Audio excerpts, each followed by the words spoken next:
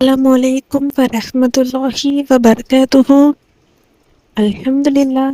இன்னைக்கு ரொம்பவும் பயனுள்ள ஒரு அமலை பற்றி பார்க்கலாம் இன்ஷா அல்லாஹ்.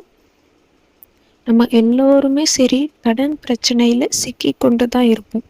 அந்த கடனிலிருந்து விடுபட மாட்டோமா? அது சில பேருக்கு கம்மியாக இருக்கும், சில பேருக்கு லட்சக்கணக்கில் இருக்கும், கோடிக்கணக்கில் இருக்கும், சில பேருக்கு 1000ல் இருக்கும், 500ல் இருக்கும், அந்த மாதிரி கூட இருக்கும். கடன் பிரச்சனைங்கிறது ரொம்பவும் நெருக்கடியான ஒரு விஷயம். அந்த கடனாளியாவே நம்ம மௌத்தாயிட்டோம் அப்படின்னா அது ரொம்பவும் சிரமமான இருக்கும். அப்படி கடனாளியா மௌத்தாகிறது எந்த அளவுக்கு சிரமமோ, அந்த கடனாளியா வாழ்றதுங்கிறது அதை விட ரொம்பவும் சிரமமா இருக்கும். ஒவ்வொரு நாளும் இந்த கடனாளியா நம்ம வாழ்க்கையை நகரும் பொழுது அவ்வளவு நரக நெருப்பு வேதனை அளவுக்கு நம்மளுடைய வேதனை மனசுல இருக்கும். அப்படிப்பட்ட கடனை எளிதாக அற்புதமா நீக்கக்கூடிய ஒரு சக்தி வாய்ந்த ஒரு அமலை பத்தி பார்க்கலாம் இன்ஷா அல்லாஹ். இது ஒரு சஹாபி பலன் கொடுத்த ஒரு அமல். இது ஒரு சஹாபி மௌத்தானப்போ நபி ஸல்லல்லாஹு அலைஹி வஸல்லம் அங்கே இருக்கும் போது அவங்க கண் முன்னாடி ஜிப்ரீல் அலைஹிஸ்ஸலாம் வராங்க, மற்ற மலக்குமார்கள் எல்லாரும் வராங்க. நபி ஸல்லல்லாஹு அலைஹி வஸல்லமே ஆச்சரியப்படுறாங்க எதனால அப்படின்ட்டு. அவங்க வந்த மலக்குமார்கள் எல்லாம் சொல்றாங்க, நாங்கள் இந்த சஹாபியோடைய மௌத்து தொழுகைக்காக நாங்கள் வந்திருக்கோம். அவங்களுடைய மரண செய்தி கேள்விப்பட்டு அல்லாஹு தாலா எங்களை அனுப்பியிருக்கான், அல்லாஹ் தாலா எங்களை அவங்களுடைய தொழுகையில் கலந்து கொள்ள அனுப்பினான் அப்படின்னு சொன்னாங்க. அப்போது அப்படி என்ன அவங்க பண்ணாங்க, அப்படி என்ன இந்த அளவுக்கு ஒரு சிறப்பு என்ன அப்படின்னு அவங்க கேட்கும் பொழுது, அவங்க அல்லாஹ்வுக்கு ரொம்பவும் பிடித்தமான, ரொம்பவும் சிறந்த, ரொம்ப எளிமையான அந்த ஒரு சூறா இக்லாஸை வளமையாக ரொம்பவும் விருப்பப்பட்டு ஓதக்கூடியவர்களாக இருந்தாங்க அப்படின்னு தெரிய வந்துச்சு இந்த ஹதீஸில்.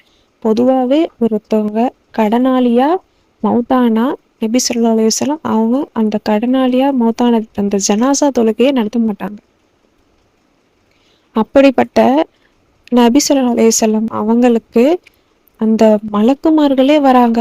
அந்த சஹாபி மௌத்துக்கு மலக்குமார்களே வராங்க அப்படின்னா அவங்க எந்த அளவுக்கு நன்மை செஞ்சுருக்காங்க. அவங்க கடன் வாங்கியிருக்காங்க, கடனாளியே இருந்திருக்காங்க, கடனாளியே மௌத்தாயிருக்காங்க. ஆனால் அந்த கடனாளியே அல்லாஹு தாலா அவங்களுடைய கடனை வேற ஒருத்தவங்க ஏற்றுக்கிட்டாங்க. அப்படி இந்த ஒரு நிலையை அல்லாஹ்வுத்தாலா ஏற்படுத்தி கொடுத்தான்.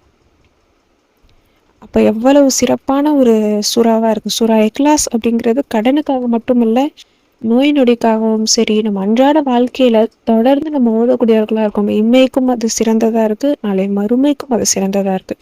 அதை ஓதுறவங்களுக்கு அல்லாஹு தாலா 10 முறை அதை நம்ம ஓதுறவங்களுக்கு சொர்க்கத்தில் ஒரு மாளிகை எழுப்பப்படுது. அப்படிப்பட்ட சிறந்த ஒரு சூறா இந்த சூறா அனைவருக்கும் மனநத்தில் இருக்கக்கூடிய ஒரு சூறா. ஏன்னா நம்ம மன்னனம் அப்படின்னு பண்ண ஆரம்பிக்கும் பொழுது ஓதக்கூடிய சூறாக்கள்ல சூறா இக்லாஸும் ஒன்று. அதிக லட்சக்கணக்கில் எல்லாரும் நம்ம முஸ்லீம் எல்லாருமே நம்ம ஓதக்கூடிய சூறாக்கள்ல, மனனம் பண்ணக்கூடிய சூறாக்கள்ல முதல்ல சிறப்பாக இருக்கக்கூடியது சூறா இக்லாஸ் தான். வாழ்நாள் முழுக்க கடன் பிரச்சனையில சிக்காத அளவுக்கு நிம்மதியான வாழ்றதுக்கு இந்த ஒரு எளிய முறையில நீங்க இந்த அமலை நீங்க செஞ்சுட்டே வாங்க. அல்லாஹ் தாலா ஒரு சில நாள்லயே 1-2 நாள்லயே உங்களுக்கு கடன் சுமையை தீர்ப்பான் இன்ஷா அல்லாஹ்.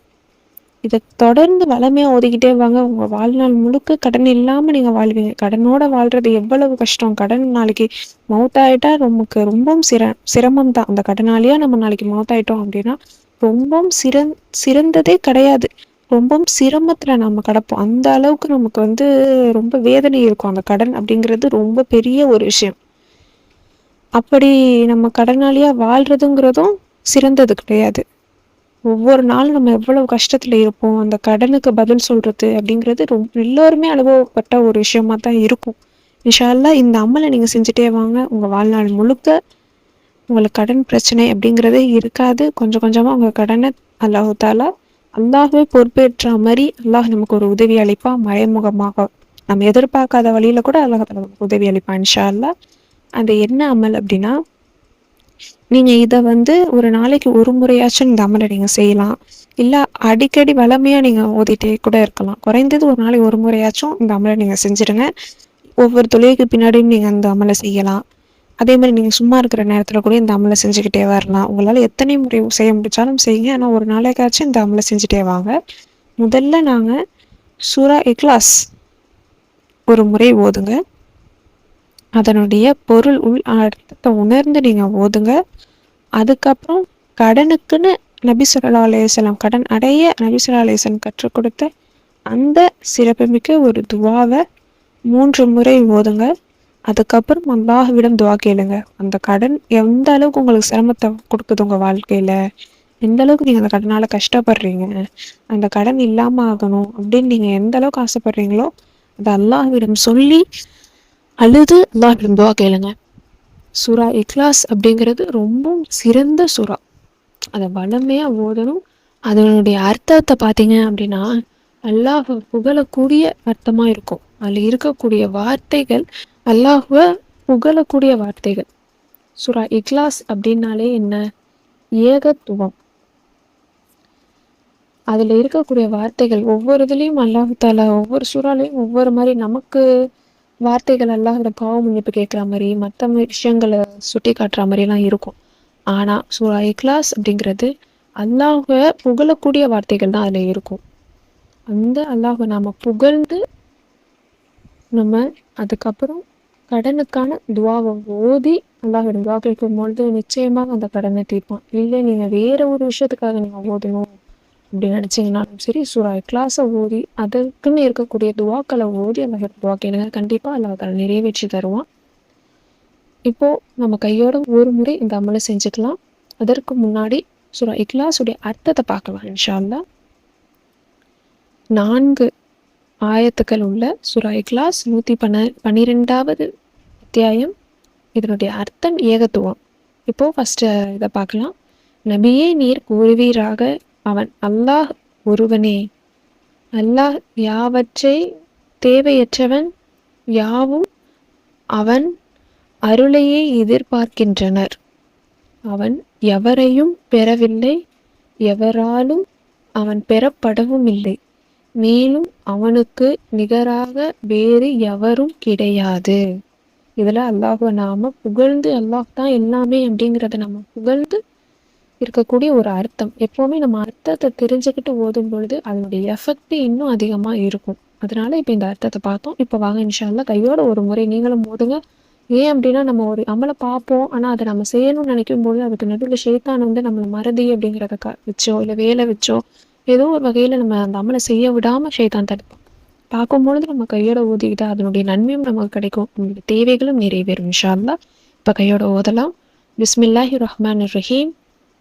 குல் ஹுவல்லாஹு அஹத் அல்லாஹு ஸமத் லம் யலித் வலம் யூலத் வலம் யகுல் லஹு குஃபுவன் அஹத். இப்போ கடனுக்கான இந்த ஒரு துவாவை 3 முறை ஓதலாம். அல்லாஹு மக்ஃபீனி பி ஹலாலிக அன் ஹராமிக வ அக்னீனி பி ஃபல்லிக அம்மன் சிவாக். அல்லாஹு மக்ஃபீனி பி ஹலாலிக அன் ஹராமிக வ அக்னீனி பி ஃபல்லிக அம்மன் சிவாக்.